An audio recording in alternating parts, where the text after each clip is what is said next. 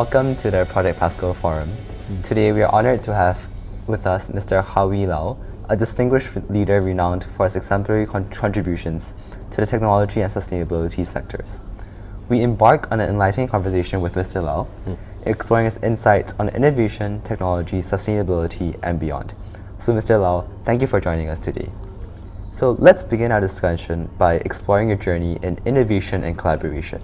Mr. Howie Lau, your illustrious career has spanned leadership roles in both government agencies like IMDA and corporate entities such as StarHub, Lenovo, and IBM.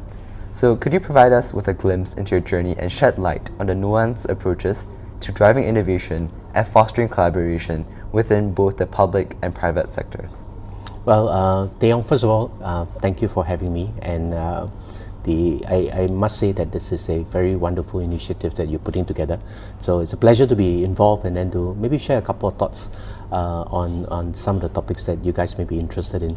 I've been fortunate that in the last 30 years or so in the industry, I had a chance to go from IBM to Lenovo to a telco to a government agency to NCS. So in an odd way, I share with my friends that I had a chance to go from an American MNC to a Chinese MNC to a local Temasek link company to a government agency, kind of giving me the opportunity to have American steak, Chinese dumplings, and now local chicken rice as well. On the topic of innovation, I think the approach generally, you could say that the common factor is that all these organizations valued innovation and put resources and effort towards innovation, because in the tech industry, we do know that innovation is a way of life. We do know that change is a way of life. We often say that the speed of change is only going up. So the need for each of these stakeholders to constantly innovate is there. But the approach is slightly different, because on a commercial company, we tend to look at the nearer horizon.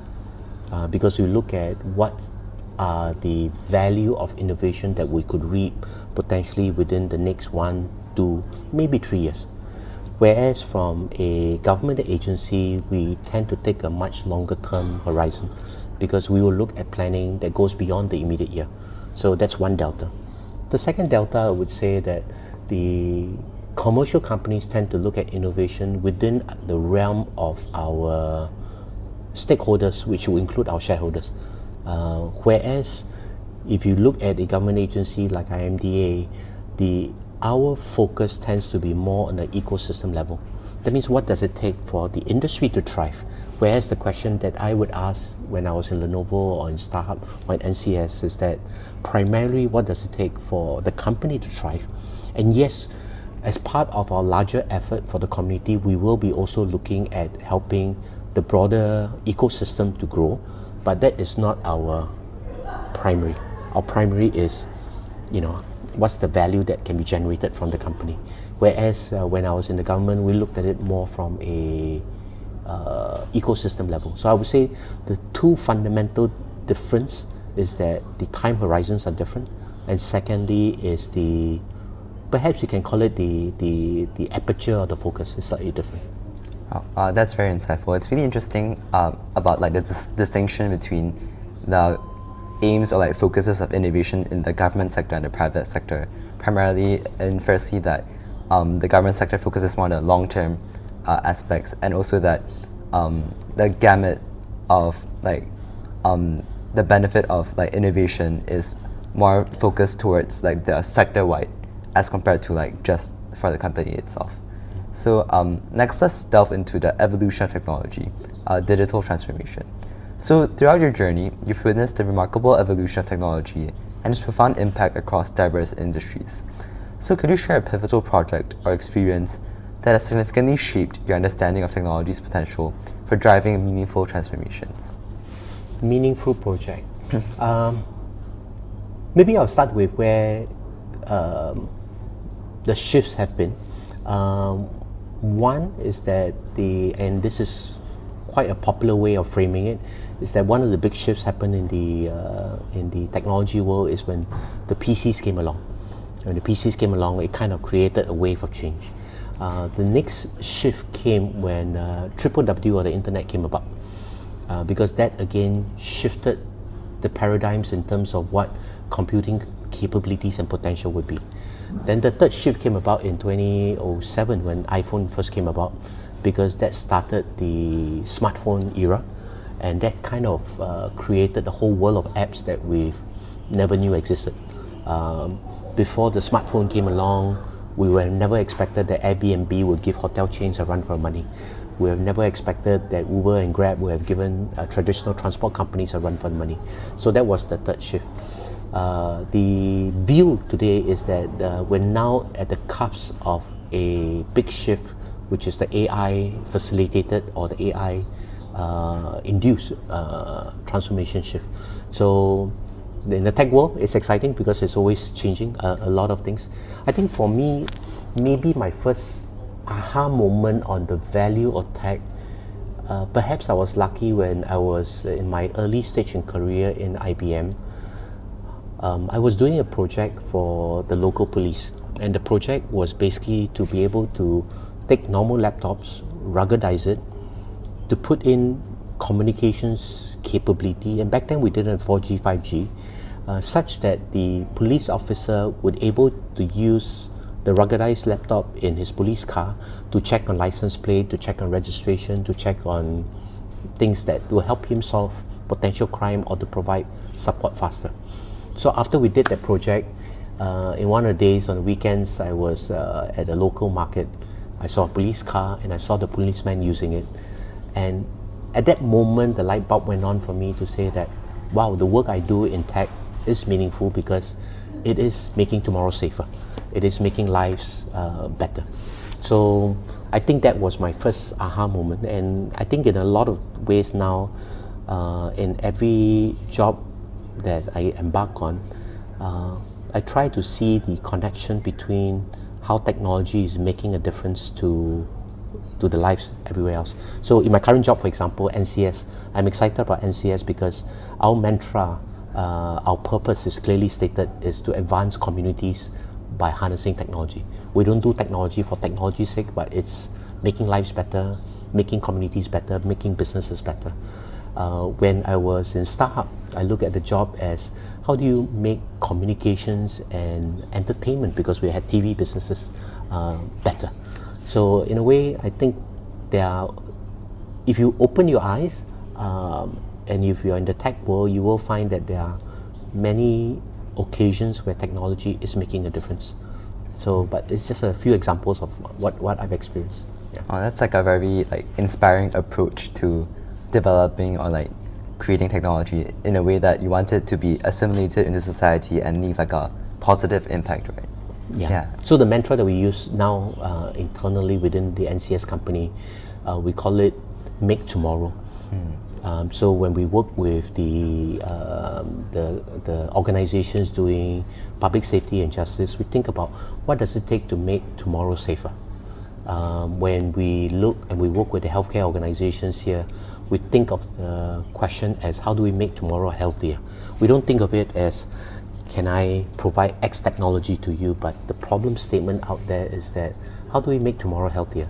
We are in an aging population. How can technology help provide better health provision, pre-provision, post-provision? Thank you. So let's move on to our next topic, which is on technology and art. So Mr. Lau, your keen interest in the convergence of technology and art provide a unique perspective on innovation. So with their burgeoning intersection of AI, blockchain, and AR/VR technologies, how do you envision these advancements reshaping creative expression and the landscape of the art industry both locally and globally?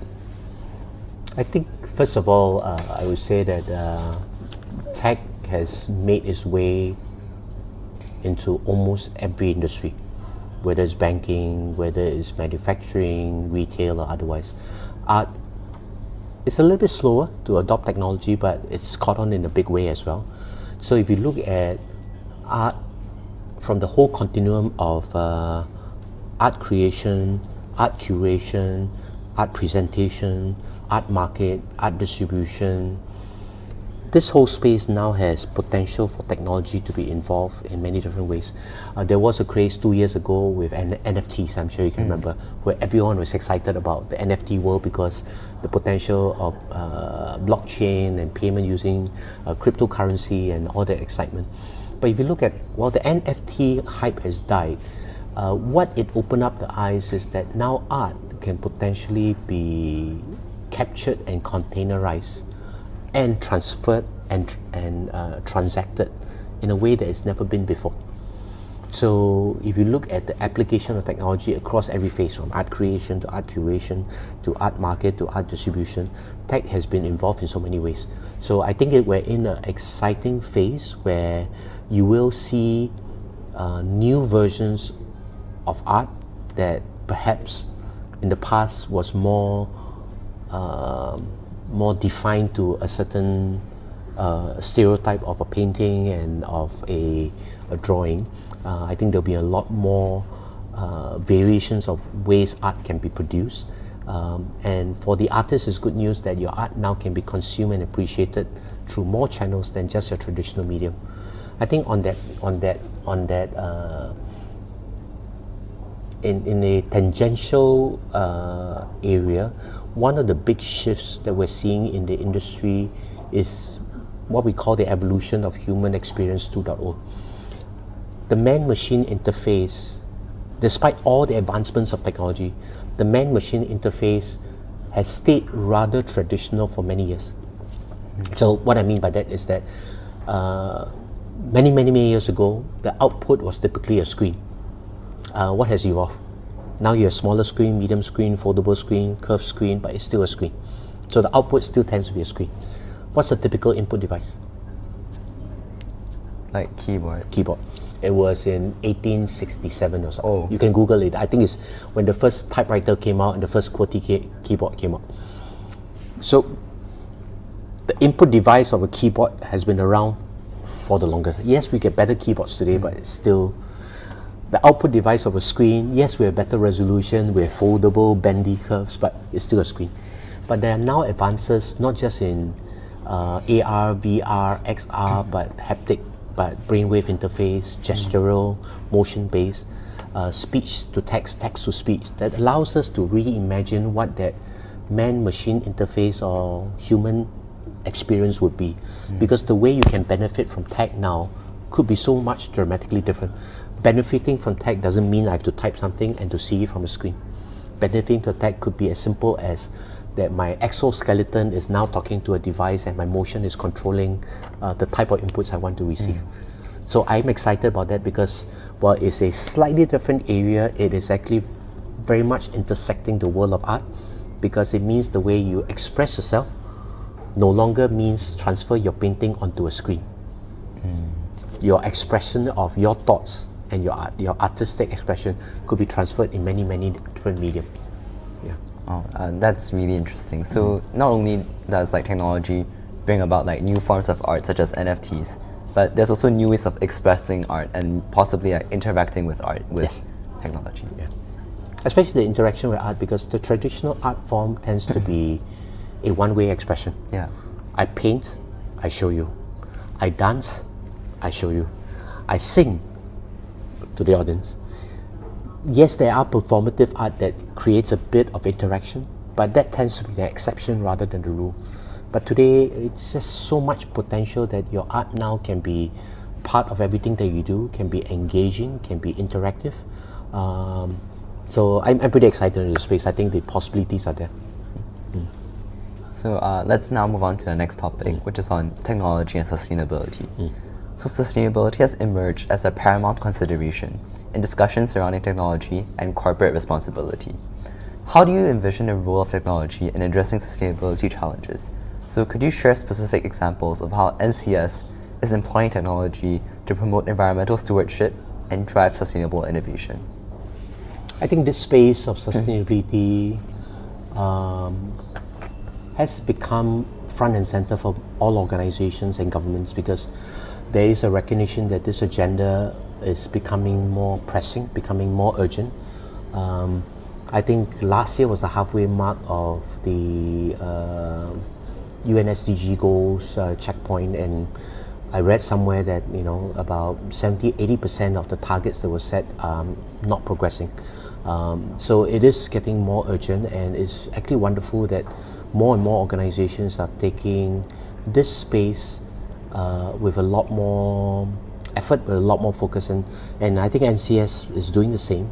Our view of this sustainability space is that we would like to be able to contribute to the agenda in ways that we have unique capabilities.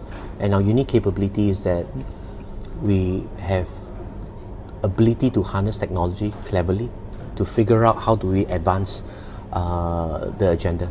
So it's not about, hey, let's go out there and help clean the beach. Let's not go out there and do something physical, but I think our superpower is our ability to use technology in a clever way. So some examples, we work with some clients on helping them to optimize their supply chain and their processes. So one simple example that is publicly available is Bridgestone. With Bridgestone, what we built with them is it's called, I think the solution is called Tyromatics, where we put sensors into the tires for their fleets. So the sensors would then report the tire pressure and the wear and tear back to a central, and the algorithm is able to help predict the need for proactive maintenance, the need for treading of tires, and the repair of tires before they become potentially troublesome.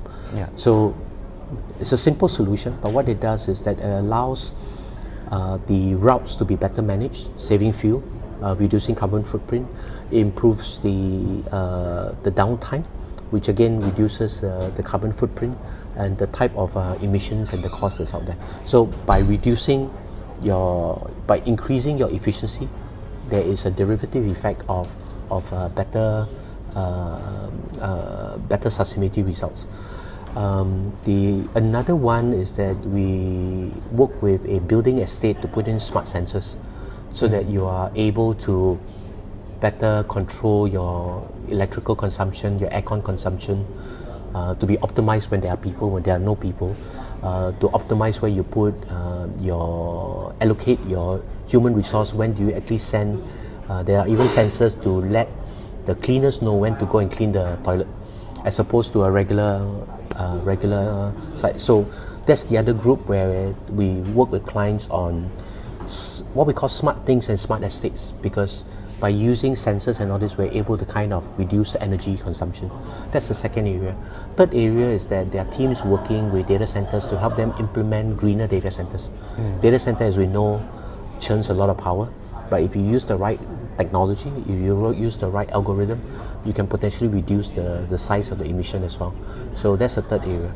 The fourth area is that we are doing quite a fair bit internally ourselves. So for example, when we do implementation and all this, we have teams now looking at ways where we can potentially find more code-like algorithms, because every code, every algorithm leads to more processing power, every processing power leads to more carbon footprint. Yeah. But if you can program in a way where instead of 26,000 lines of code, but it's 10,000 lines of code, the efficiency leads indirectly as well. So we like to think that we want to stay focused on figuring out how to use technology to help ourselves and to help our clients in their agenda. Can we see how NCS harnesses technology to not only like hit these sustainability goals, but at the same time ensuring that they also still like hit the like so-called corporate goals too, right? Yes, of course. Yeah. So our next topic is technology innovation, ecosystem, and collaboration. So as a key figure in the technology innovation ecosystem, and with your involvement in organizations such as Singapore Computer Association and SG Tech, you have dedicated to fostering collaboration and innovation. So what strategies do you believe are paramount for cultivating a robust culture of innovation, particularly amidst the rapidly evolving digital landscape? The association you mentioned, Singapore Computer Society and SG Tech, these are non-profit industry associations in Singapore that's in the tech industry. I think Singapore is kind of unique in that we used to say that Singapore is disadvantaged because we're small. But there's also a school of thought that says we are advantaged because we are small, in that in Singapore, in this small little island, there's 728 square kilometers, everyone knows everyone. So the role of the associations is basically as a way of galvanizing the village to come together towards common objectives, common issues, common things that needs to be done. So I've been very lucky to have been involved with both SCS and SG Tech for many years, because while it's a volunteer organization, it's a great place where we are able to pull in different stakeholders of the industry towards common goals, like whether it's talent development or things like innovation, where there are certain agendas we're going to push, or it could be even as simple as the fact that because we know each other, it's a lot easier to drive partnerships. So I think the advantage in an odd way of being in a small country like Singapore is like everyone knows everyone. So when the village is small, everyone kind of knows who does what. And if there are common issues like innovation, common issues like talent, common issues like, for example, driving new technology areas, I think that is perhaps what Singapore has as a unique advantage. It's really interesting how Singapore is like, the fact that Singapore is like a small island state really helps in the aspect of like collaboration with like the different like companies also, right? And I think especially in the tech industry, we are kind of unique in that in Singapore you have a very nice ecosystem of global HQs. So I think there was some report that I think there's like 70 or 80% of all the tech giants have some form of headquarters in Singapore, whether it's the Google, the Microsoft, the AWS, the Oracles, the IBMs. There's a lot here. The second part of the tech ecosystem is the local boys, like NCSs of the world, and there's a lot of local boys here. Then the third part of the ecosystem is that we do have a lot of startups.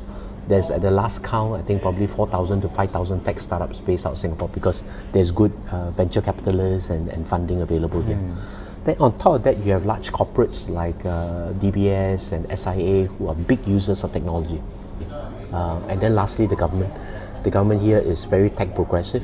It's been the case since the 1980s, and they are always leaning in to look at using technology in creative ways. I think the government really had a really big role, like part in like ensuring this ecosystem, especially with like the low like corporate tax rates and encouragement of like startups through like the implementation of stuff like like Block 71 and so on.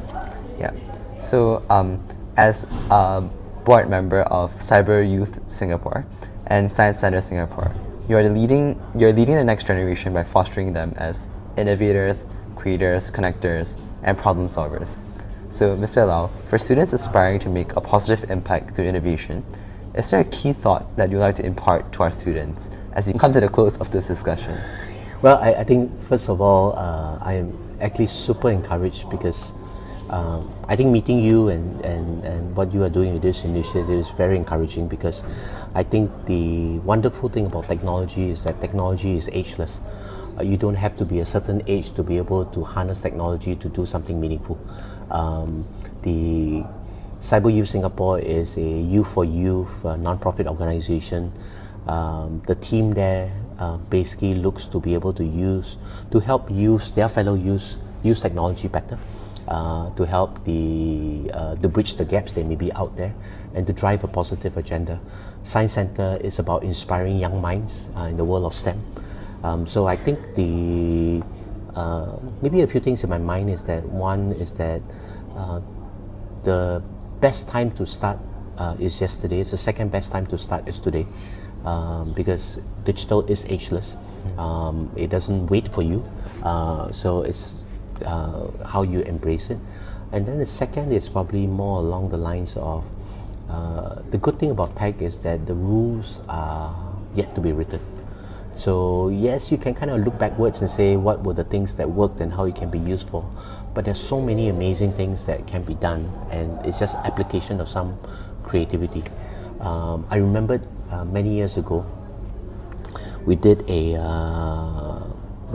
youth for youth type of hackathon, more like an ideathon, and the theme was about cyberbullying.